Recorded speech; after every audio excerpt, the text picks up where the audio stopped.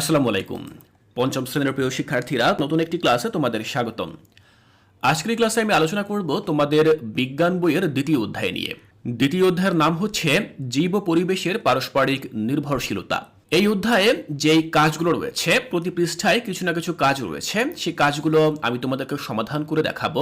একই সাথে এই অধ্যায়ের শেষে তোমাদেরকে অনুশীলনীমূলক কিছু কাজও দেওয়া হবে, যেমন শূন্যস্থান পূরণ, টিক চিহ্ন, এরপরে সংক্ষিপ্ত বা রচনামূলক প্রশ্ন।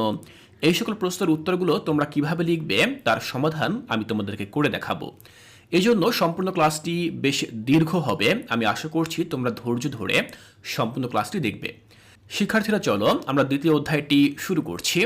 দ্বিতীয় অধ্যায়ের নাম জীব ও পরিবেশের পারস্পরিক নির্ভরশীলতা। যেই অধ্যায়ে আমরা দেখব যে বিভিন্ন প্রকার জীব তার পরিবেশের উপর কিভাবে নির্ভর করে, একে অন্যের উপর নির্ভর করে সেই নির্ভরশীলতা। প্রথম কাজটি হচ্ছে জড়বস্তুর উপর জীবের নির্ভরশীলতা। এখানে আমাদেরকে কিছু কাজ করতে হবে। আমাদেরকে প্রশ্ন করা হয়েছে জীব কিভাবে জড়বস্তুর উপর নির্ভরশীল। এই প্রশ্নের উত্তর মূলত আমরা খুঁজব। তো এই প্রশ্নের উত্তর খোঁজার জন্য আমাদেরকে কিছু কাজ করতে হবে। বলা হয়েছে জড়বস্তুর উপর জীবের নির্ভরশীলতা খুঁজে বের করা। তো এই জন্য আমাদেরকে কি করতে হবে?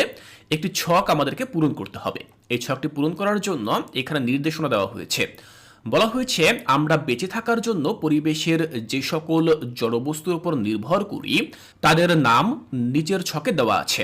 এই জড়বস্তুগুলো কি কাজে ব্যবহার করা হয় তা খুঁজে বের করে নিচের ছক পূরণ করি। উদাহরণ হিসেবে একটির ব্যবহার দেওয়া হয়েছে। তো এখানে তোমরা বিভিন্ন জড়বস্তুর নাম দেখতে পাচ্ছ, যেমন পানি, বায়ু, সূর্য, মাটি। তো এই সকল জড়বস্তুগুলো আমাদের দৈনন্দিন জীবনে টিকে থাকার জন্য প্রয়োজন। তো কেন প্রয়োজন, কি কাজে আমরা ব্যবহার করি, সেগুলোই মূলত আমরা এই খালি ঘরে লিখব। যার মধ্যে পানির যে ব্যবহার সেটি কিন্তু এখানে দেওয়া রয়েছে। যেমন পানি আমরা পান করা, গোসল করা এবং চাষাবাদ করার ক্ষেত্রে ব্যবহার করি। তো এবার আমরা লিখব যে বায়ু, সূর্য, মাটি এগুলো আমরা কি কাজে ব্যবহার করি। তো দেখো, আমরা এভাবে লিখতে পারি যে বায়ু আমরা ব্যবহার করি শ্বাস নেওয়া, আগুন জ্বালানো, জীবজন্তুর বেঁচে থাকার জন্য। সূর্য আমরা কেন ব্যবহার করি বা কি কাজে ব্যবহার করি? আলো ও তাপ পাওয়া, খাদ্য উৎপাদন, শরীর গরম রাখার কাজে আমরা ব্যবহার করি। মাটি আমরা কি কাজে ব্যবহার করি? গাছপালা জন্মানো, ঘরবাড়ি তৈরি এবং কৃষিকাজ করার ক্ষেত্রে আমরা মাটি ব্যবহার করি। তাহলে ছকে আমরা এই জড়বস্তুগুলো কি কাজে ব্যবহার করি তা আমরা এখানে এভাবে লিখে দিব। আমাদের দ্বিতীয় যে কাজ, সেই কাজে আমরা এখন চলে যাব। শিক্ষার্থীরা, চলো আমরা পরবর্তী যে পৃষ্ঠাগুলো রয়েছে সেখানে চলে যাই। এই যে লেখাগুলো রয়েছে, লেখাগুলো তোমরা পড়বে, তোমরা খুব ভালোভাবে পড়বে। দ্বিতীয় যে আমাদের পাঠ, সেখানে বলা হয়েছে উদ্ভিদ ও প্রাণীর পারস্পরিক নির্ভরশীলতা। তো আমরা এখানে যে প্রশ্ন পাবো সেখানে বলা হয়েছে উদ্ভিদ ও প্রাণী কিভাবে একে অপরের উপর নির্ভরশীল। তো এক্ষেত্রে আমাদেরকে কাজ দেওয়া হয়েছে উদ্ভিদ ও প্রাণীর পারস্পরিক নির্ভরশীলতা খুঁজে বের করা। এই জন্য আমাদেরকে কি করতে হবে? উপরের চিত্রটি ভালোভাবে পর্যবেক্ষণ করি।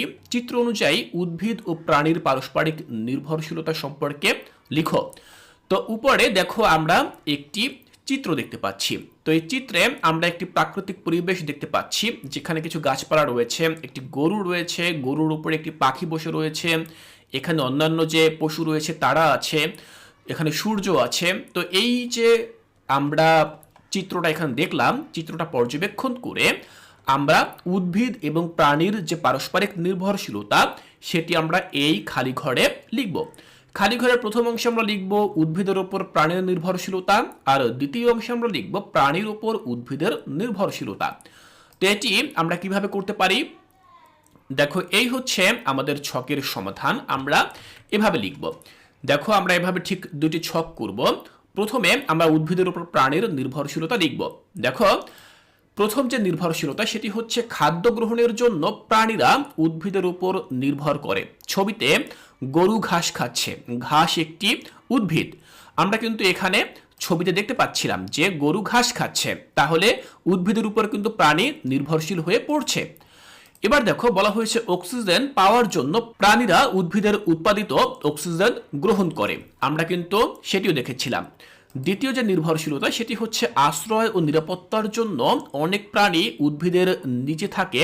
চিত্রের ছায়ায় কিছু প্রাণী অবস্থান করছে। এরপর বলা হয়েছে ছায়া পাওয়ার জন্য প্রাণীরা গাছের নিচে বিশ্রাম নেয়। পরিবেশ ঠান্ডা রাখার জন্য উদ্ভিদ সহায়তা করে, যা প্রাণীর বেঁচে থাকতে সহায়তা করে, যা প্রাণীর বেঁচে থাকতে সাহায্য করে।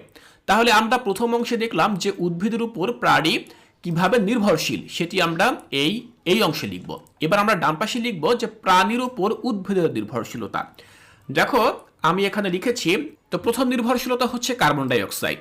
উদ্ভিদ প্রাণীর নিঃশ্বাসে বের করা কার্বন ডাই অক্সাইড গ্রহণ করে খাদ্য তৈরি করে। দ্বিতীয় যে নির্ভরশীলতা সেটি হচ্ছে পরাগায়ন। তো দেখো আমি লিখেছি কিছু প্রাণী যেমন মৌমাছি, প্রজাপতি ইত্যাদি ফুলে পরাগ ছড়িয়ে উদ্ভিদের প্রজননে সাহায্য করে। দ্বিতীয় যে নির্ভরশীলতা সেটি হচ্ছে বীজ ছড়ানো। কিছু প্রাণী খাবার খেতে গিয়ে বা শরীরে লেগে উদ্ভিদের বীজ ছড়িয়ে দেয়। পরবর্তী যে নির্ভরশীলতা সেটি হচ্ছে মাটি উর্বর করা। প্রাণীর মলমূত্র ও মৃতদেহ পচে মাটিকে উর্বর করে, যা উদ্ভিদের জন্য প্রয়োজনীয়। এরপর দেখো বলা হয়েছে পরিবেশগত ভারসাম্য। আমি লিখেছি যে প্রাণী না থাকলে খাদ্য শৃঙ্খলা ভেঙে গিয়ে উদ্ভিদও টিকে থাকতে পারে না। তাহলে এভাবে প্রাণীর প্রতি উদ্ভিদের নির্ভরশীলতা রয়েছে। শিক্ষার্থীরা, উদ্ভিদ যেমন প্রাণীর উপর নির্ভরশীল, ঠিক একইভাবে প্রাণীও কিন্তু উদ্ভিদের উপর নির্ভরশীল। তাদের নির্ভরশীলতার যে ক্ষেত্রগুলো সেগুলোই মূলত আমরা এই খালি ঘরে লিখলাম। তোমরা এভাবে লিখবে। আমরা পরবর্তী পৃষ্ঠায় চলে যাব, সেখানে আমরা আরো কাজ দেখতে পাবো। 3 নম্বর যে পাঠ, সেখানে বলা হয়েছে উদ্ভিদ, প্রাণী ও মানুষের পারস্পরিক নির্ভরশীলতা। তো এই যে কাজটি আমরা করব, এখানে বলা হয়েছে উদ্ভিদ, প্রাণী ও মানুষ কিভাবে পরস্পর নির্ভরশীল। তো এই নির্ভরশীলতা বের করার জন্য আমাদেরকে যে কাজটি করতে হবে সেটি হচ্ছে উদ্ভিদ, প্রাণী ও মানুষের পারস্পরিক নির্ভরশীলতা খুঁজে বের করতে হবে। এজন্য কি করতে হবে, দেখো এখানে আমাদেরকে আবার খালি ঘর দেওয়া রয়েছে। এই খালি ঘরগুলোতে আমাদেরকে লিখতে হবে যে উদ্ভিদের উপর মানুষের নির্ভরশীলতা, প্রাণীর উপর মানুষের নির্ভরশীলতা, মানুষের উপর উদ্ভিদ ও প্রাণীর নির্ভরশীলতা। তো এই কাজটি আমরা কিভাবে করব, আমরা আবার ছক তৈরি করব এবং সেই ছকে আমরা এই প্রশ্নের উত্তরগুলো লিখব। প্রথমে আমরা দেখব উদ্ভিদের উপর মানুষের যে নির্ভরশীলতা, অর্থাৎ মানুষ কিভাবে উদ্ভিদের উপর নির্ভর করে। তো আমরা লিখতে পারি মানুষ উদ্ভিদ থেকে খাদ্য পায়, যেমন ফল, শাকসবজি, শস্য এগুলো পায়। দ্বিতীয় যে নির্ভরশীলতা সেটি হচ্ছে উদ্ভিদ অক্সিজেন দেয়, যা মানুষ শ্বাস নেওয়ার জন্য প্রয়োজন। পরবর্তী নির্ভরশীলতা ঘর বাড়ি তৈরি, আসবাবপত্র নির্মাণে কাঠ ব্যবহার করা। এরপর দেখো চিকিৎসার জন্য ঔষধি গাছ ব্যবহার করা, কাগজ, কাপড় ও রং তৈরিতে উদ্ভিদ ব্যবহার করা হয়। তো এই সকল ক্ষেত্রে মানুষ উদ্ভিদের উপর নির্ভরশীল। এবার আমরা দেখব প্রাণীর উপর মানুষের নির্ভরশীলতা, অর্থাৎ প্রাণীর উপর কিভাবে মানুষ নির্ভর করে। তো দেখো আমি লিখেছি মানুষ প্রাণী থেকে দুধ, মাংস, ডিম পায়। পশু শক্তি হিসেবে গরু, মহিষ কৃষিকাজে ব্যবহার করে। উলের কাপড় ও চামড়া তৈরিতে ভেড়া ও গরুর চামড়া ব্যবহৃত হয়। মৌচাক থেকে মধু পাওয়া যায়। নিরাপত্তা বা সঙ্গ দেয় কুকুর, বিড়াল। তো এই সকল ক্ষেত্রে কিন্তু প্রাণীর উপর মানুষের নির্ভরশীলতা রয়েছে।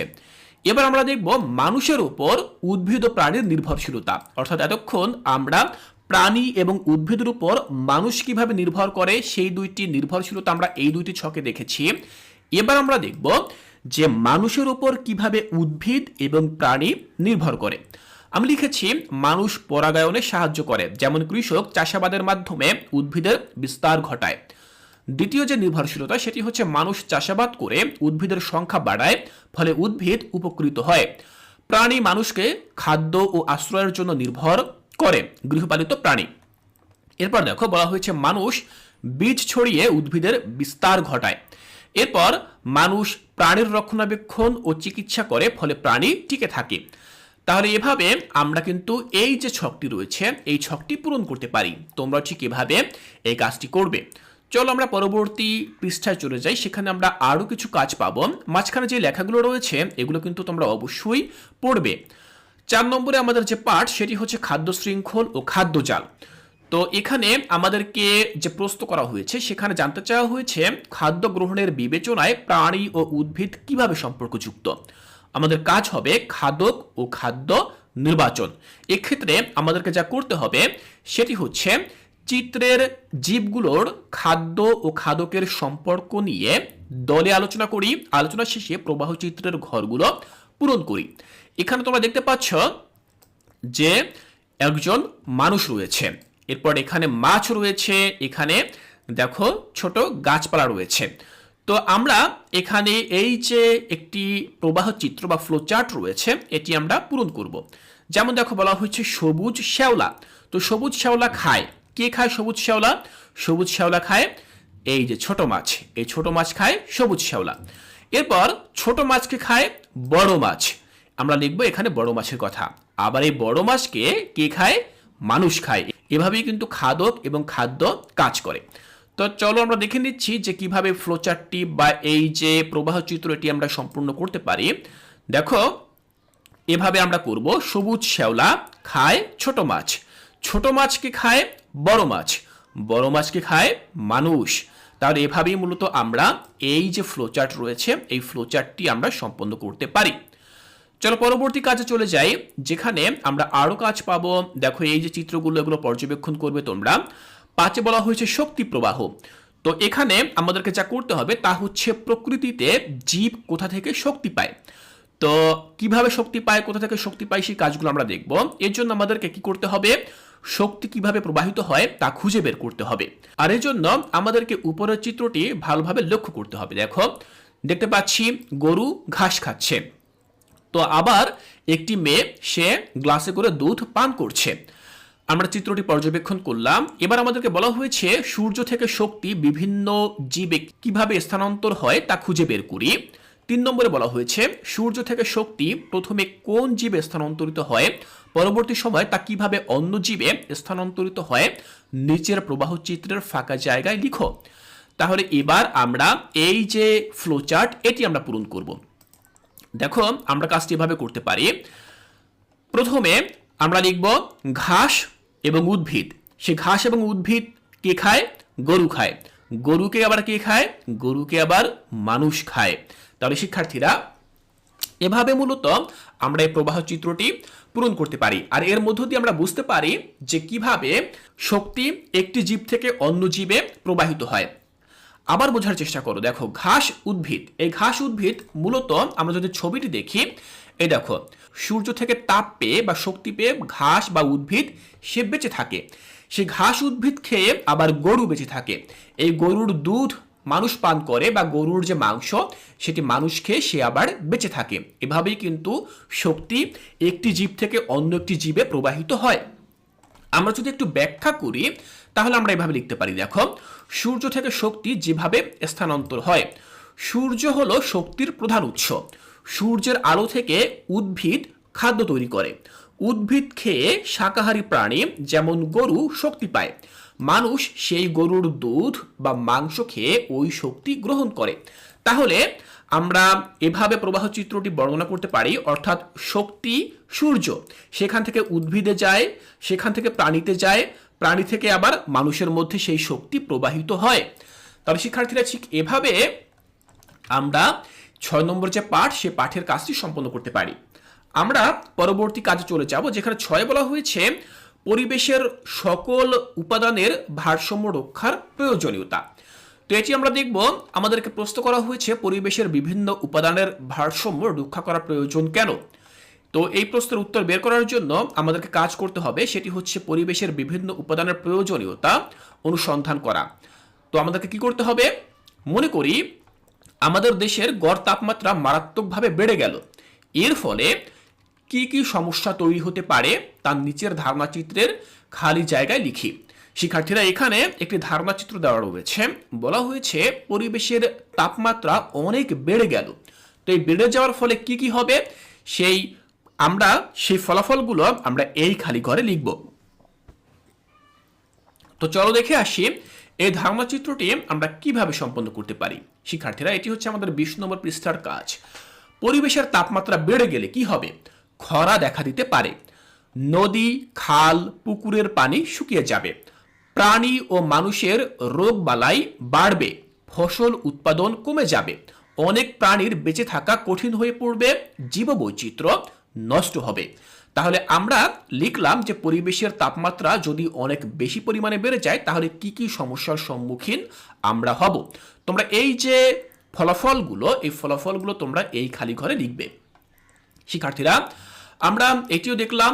এবার আমরা চলে যাব আমাদের অনুশীলনীমূলক কাজে। আমরা এতক্ষণ আমাদের দ্বিতীয় অধ্যায়ের প্রতি পৃষ্ঠায় যে কাজগুলো ছিল, যেই ছক পূরণের কাজগুলো ছিল, সেগুলো আমি তোমাদেরকে সমাধান করে দেখিয়েছি। এবার আমরা চলে যাব আমাদের অনুশীলনীমূলক কাজে। সেখানে আমাদেরকে টিক চিহ্ন দেওয়া হবে, আমাদেরকে শূন্যস্থান পূরণ দেওয়া হবে, সংক্ষিপ্ত এবং বর্ণনামূলক প্রশ্ন দেওয়া হবে। এগুলোর সমাধান আমরা করব। প্রথমে বলা হয়েছে সঠিক উত্তরের টিক চিহ্ন দেই। তো দেখো, আমরা সঠিক উত্তরে টিক চিহ্ন দিব। কয়ে বলা হয়েছে জীব জগতে সকল শক্তির উৎস কি? তো সকল শক্তির উৎস হচ্ছে সূর্য, কারণ সূর্য থেকে কিন্তু সকল যে জীব রয়েছে তারা শক্তি পায়। তাহলে আমরা সূর্য, এই ঘরে আমরা টিক চিহ্ন দেব। ক্ষয়ে বলা হয়েছে নিচের কোন উপাদানের জন্য উদ্ভিদ প্রাণীর উপর নির্ভরশীল?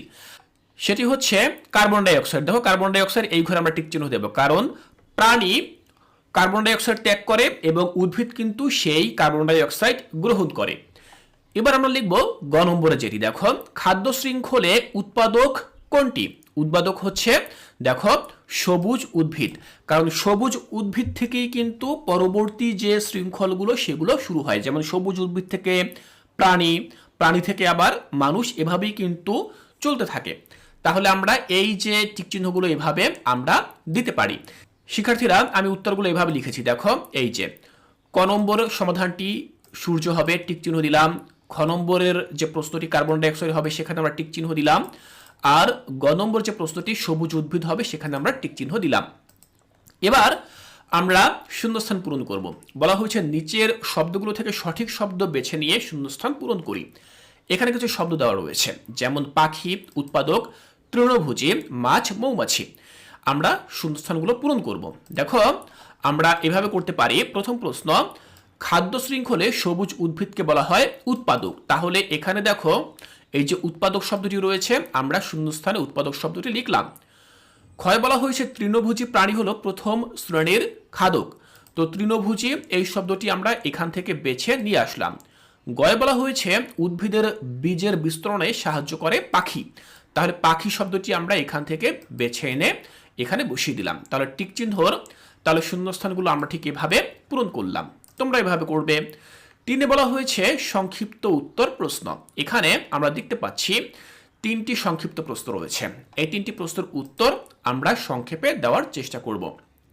দেখো, 3 নম্বরে কয়ে জানতে চাওয়া হয়েছে উদ্ভিদ কিভাবে জড়বস্তুর উপর নির্ভরশীল। তো আমরা নির্ভরশীলতার যে সকল ক্ষেত্রগুলো রয়েছে সেগুলো আমরা লিখব। সূর্যালোক দিয়ে খাদ্য তৈরি করে, পানি দিয়ে পুষ্টি পরিবহন ও খাদ্য তৈরির কাজ করে, বায়ু থেকে কার্বন ডাই অক্সাইড গ্রহণ করে, মাটি থেকে খনিজ লবণ ও পানি গ্রহণ করে। অর্থাৎ উদ্ভিদ বাঁচতে ও খাদ্য তৈরি করতে জড়বস্তুর উপর সম্পূর্ণভাবে নির্ভরশীল। তাহলে আমরা এভাবে এই যে ক নম্বর প্রশ্নটি সেটার উত্তর লিখতে পারি। ক্ষয়ে জানতে চাওয়া হয়েছে যে উদ্ভিদ বংশবৃদ্ধির জন্য প্রাণীর উপর কিভাবে নির্ভরশীল।